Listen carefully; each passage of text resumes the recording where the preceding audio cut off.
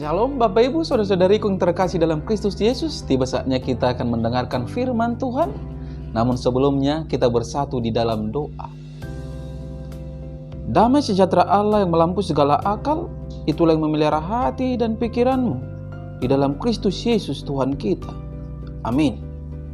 Saudara yang terkasih dalam Kristus Yesus, adapun yang menjadi nats firman Tuhan di minggu kita yang ke-7 setelah Trinitatis, itu terangkat dari kitab Efesus pasal yang kedua ayat yang ke-11 sampai yang ke-22.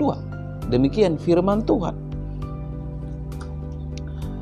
Karena itu ingatlah bahwa dahulu kamu sebagai orang-orang bukan Yahudi menurut daging, yang disebut orang-orang tak bersunat oleh mereka yang menamakan dirinya sunat, yaitu sunat lahiriah yang dikerjakan oleh tangan manusia. Bahwa waktu itu kamu tanpa Kristus, tidak termasuk kewargaan Israel, dan tidak mendapat bagian dalam ketentuan-ketentuan yang dijanjikan, tanpa pengharapan dan tanpa Allah di dalam dunia. Tetapi sekarang di dalam Kristus Yesus, kamu yang dahulu jauh sudah menjadi dekat oleh darah Kristus. Karena Dialah damai sejahtera kita, yang telah mempersatukan kedua pihak dan yang telah merubuhkan tembok pemisah, yaitu perseteruan.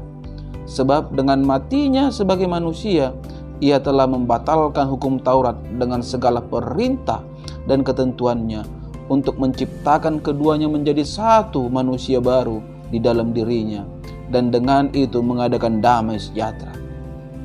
Dan untuk memperdamaikan keduanya di dalam satu tubuh dengan Allah oleh salib, dengan melenyapkan perseteruan pada salib itu.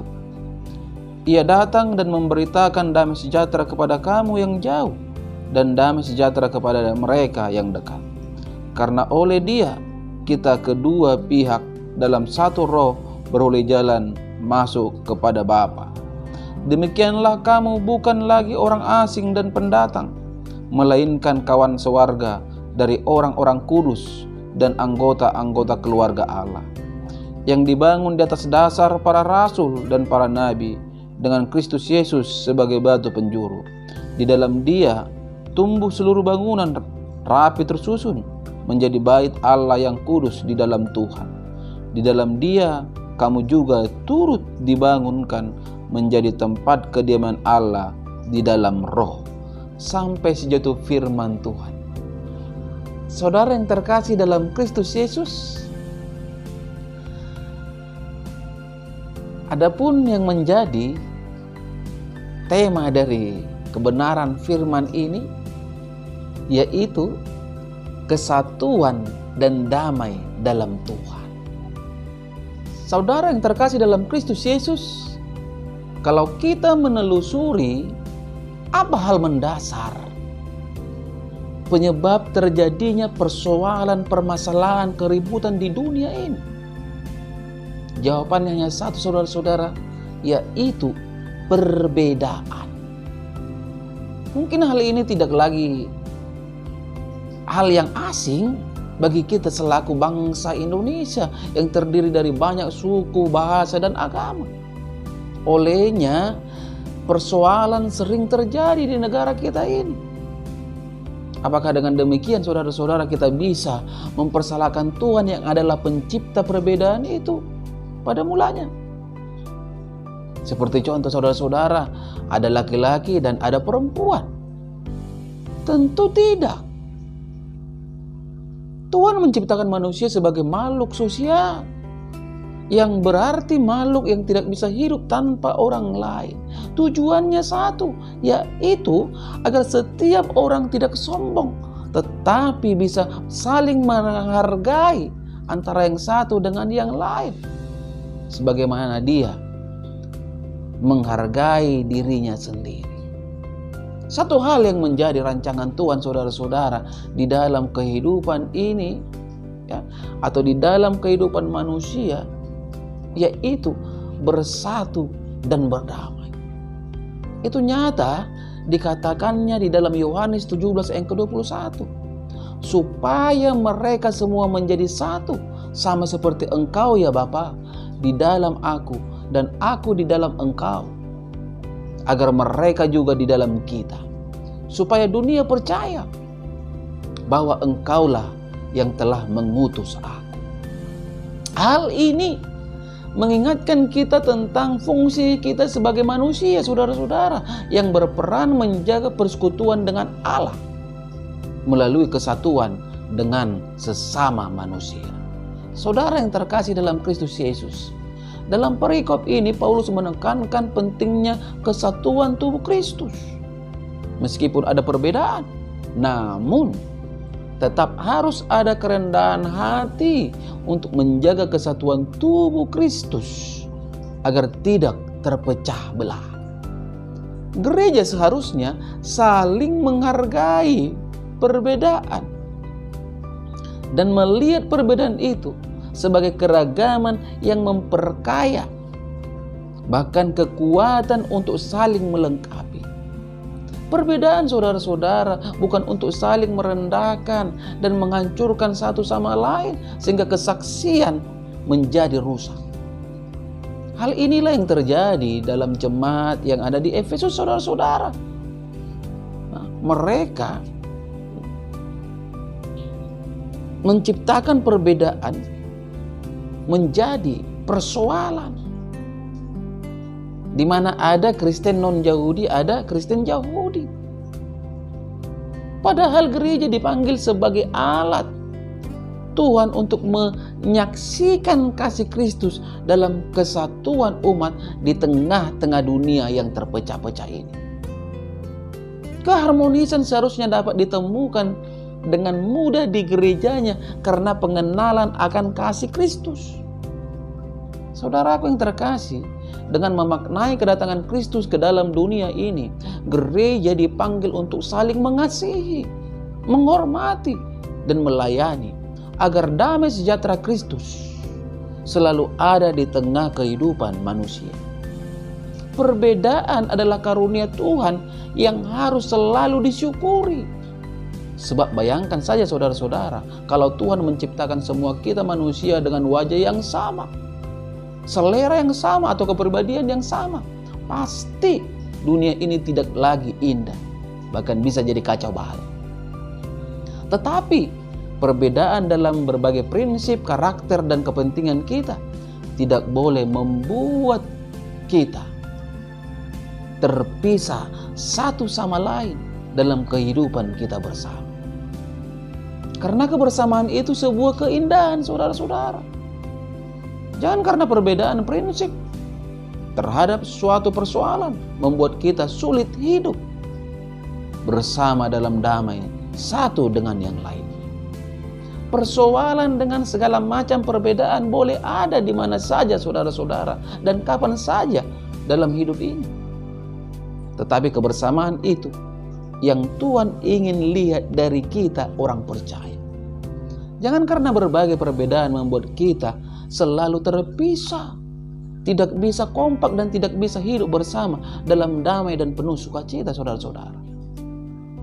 Tuhan selalu ingin menyatukan kita dengan rupa-rupa perbedaan yang ada dalam sebuah harmoni.